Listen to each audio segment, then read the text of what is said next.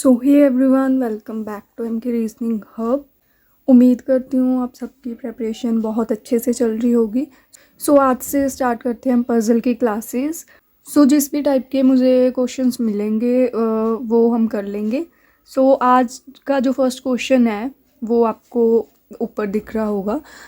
इसमें क्या है, 8 पर्सन्स है और 8 पर्सन्स है went to interview for different months. मतलब ये कौन सा पज़ल है, डेट और मंथ बेस्ड पज़ल, ठीक है। तो उसमें हम क्या करते हैं कि आपको जितनी भी डेट्स दी हैं और जो जो भी मंथ्स दिए हैं उसको पहले हम लिखते हैं। और इसमें क्या चीज़ इम्पॉर्टेंट होती है कि आपको हर एक मंथ में कितने नंबर ऑफ़ डेज़ होते हैं वो पता होने चाहिए, ठीक है। सो हम स्टार्ट करते हैं इस पज़ल को। सो इसमें मंथ्स कौन कौन से हैं, फेब, मार्च, जून एंड जुलाई, जून और जुलाई, ठीक है। ये हमारे पास 4 मंथ्स है और डिफरेंट डेट्स हैं 18 एंड 23, ठीक है। 18, 23, 18, 23।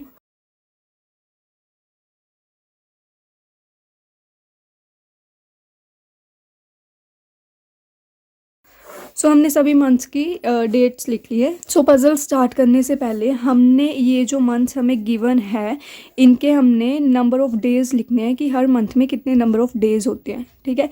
सो जैसे फेब में 28 या 29 इन लीप ईयर, वो कुछ ऐसे उन्होंने बोला नहीं है लीप ईयर का, तो 28। मार्च में 31 मार्च। और मैंने आपको आई थिंक इसका एक वे बताया भी था कि अगर किसी को नहीं याद आता तो ऐसे लाइक काउंट कर सकते हो आप, ठीक है। स्टार्ट किया ये 1, ये 2, 3, 4, 5, 6, 7, फिर स्टार्टिंग यहाँ से कर ली। तो ये क्या है, जन, फेब, मार्च, अप्रैल, ये जो डाउन वाला पार्ट है, ठीक है, इसमें क्या होंगे 30 डेज़। और ये जो अप, ठीक है ना, थोड़ा सा अप वाला पार्ट होगा उसमें 31 डेज़ होंगे। सो यहाँ से हमने किया जन, फेब, मार्च, अप्रैल, मई, जून। जून यहाँ है ना, जून में कितने होंगे, जून में होंगे 30 डेज़, ठीक है। फिर जून के आगे जुलाई, जुलाई में होंगे 31। जून जो अगस्त में भी 31 ही होते हैं, ठीक है। अगर कभी कन्फ्यूज़न हो तो आप ऐसे काउंट कर सकते हो। सो अदरवाइज़ अगर हमें याद है तो फिर टाइम ऑब्वियस है हमारा सेव होगा।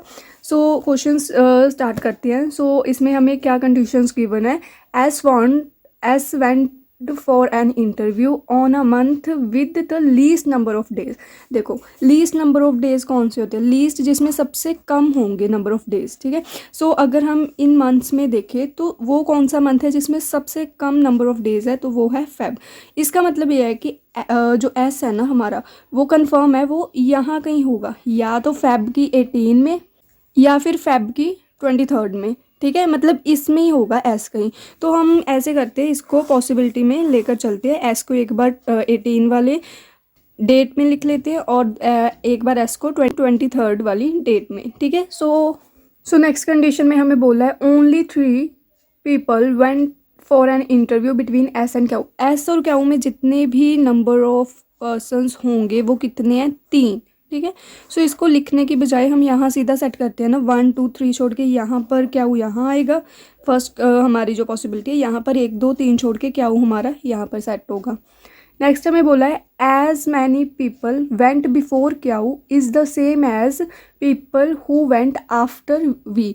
अब बिफोर आफ्टर का तो आपको पता ही होगा, बिफोर मतलब कि उसके पहले, ठीक है। जितने वो बोले क्यू से पहले नंबर ऑफ पर्सन्स हैं इंटरव्यू देने आए, उतने ही जो पर्सन्स है वो बी के बाद में आए हैं, ठीक है। आफ्टर मतलब बाद में, इसको ऐसे रिप्रेजेंट करेंगे, क्यू से पहले जितने पर्सन्स इंटरव्यू देने आए, वी के बाद भी उतने ही पर्सन्स इंटरव्यू देने गए होंगे। सो क्यू के पहले आप काउंट कर लो, 1, 2, 3, 4 पर्सन इंटरव्यू देने गए थे। तो इसका मतलब वी के बाद वाले जो पर्सन्स हैं जो इंटरव्यू देने गए होंगे वो भी 4 ही हो गए। तो 1, 2, 3, 4, सो वी यहाँ पर सेट होगा।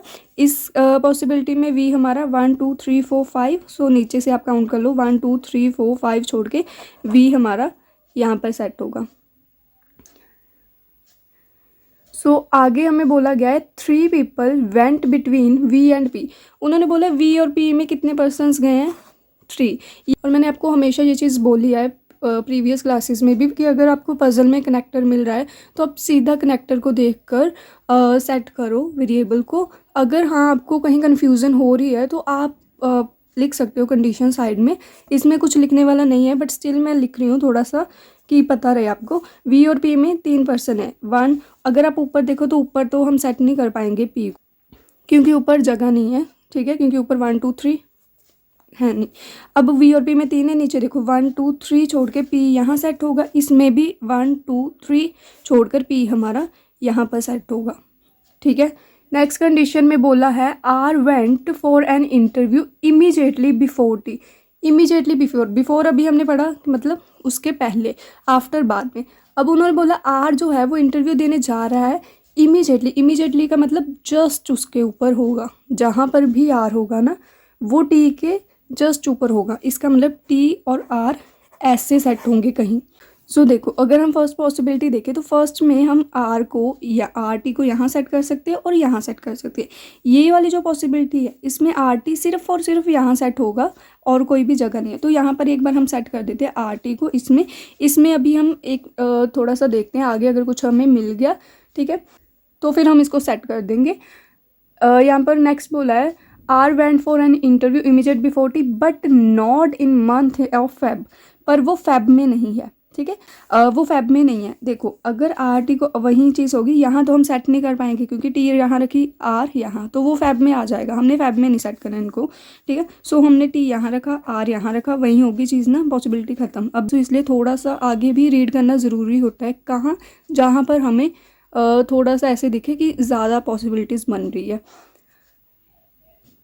नेक्स्ट हमें बोला है at least 3 people did an interview before W. At least का मतलब क्या होता है, कम से कम, ठीक है।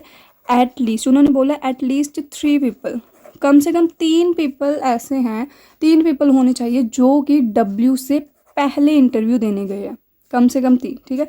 अब देखो इस केस में हमारे पास क्या है, या तो डब्ल्यू हम यहाँ सेट कर सकते हैं या यहाँ, ठीक है। यहाँ पर भी सेट करोगे तो डब्ल्यू के पहले 3 नई पर्सन आ रहे, यहाँ भी करोगे तब भी नहीं आ रहे, मतलब ये वाला केस तो हमारा ख़त्म हो गया, ठीक है। इसमें यहाँ पर ये दो स्पेसेस बची हैं, डब्ल्यू यहाँ सेट नहीं हो सकता, यहाँ होगा तो उसके पहले 3 पर्सन्स नहीं सेट होंगे, ठीक है। सो डब्ल्यू के लिए सिर्फ और सिर्फ एक ये वाली प्लेस बची है। सो अब जो भी हमारा पर्सन बचा वो यहाँ पर सेट होगा, ठीक है। कौन सा पर्सन बचा हमारा अभी, यू, यस। सो यू हमारा यहाँ पर आएगा। सो नेक्स्ट हमारा एक सिटिंग अरेंजमेंट का क्वेश्चन है, मिक्स क्वेश्चंस ही हैं जैसे मुझे मिल रहे हैं, ठीक है, वैसे हम कर लेंगे।